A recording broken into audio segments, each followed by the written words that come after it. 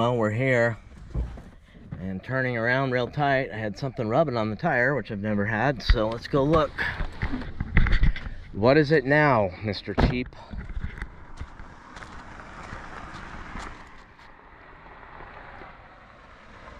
Oh. Yikes. Same thing as before. But this one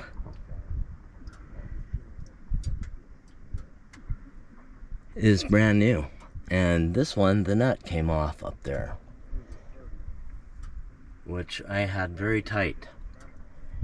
And this came off on the way here, which was not bumpy or anything, so at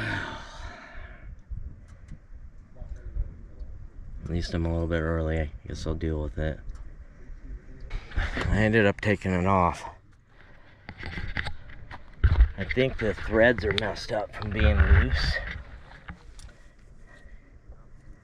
I have nuts that are supposed to fit it, but they won't go on there.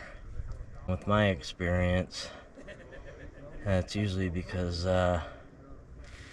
it's been wobbling around for just long enough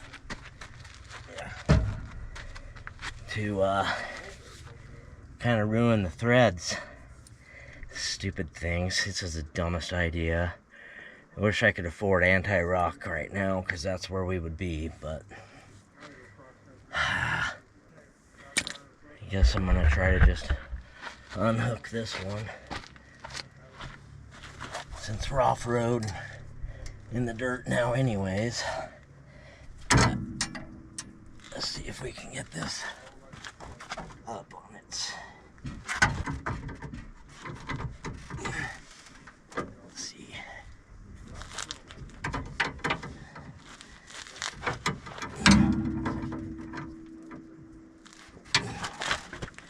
There we go.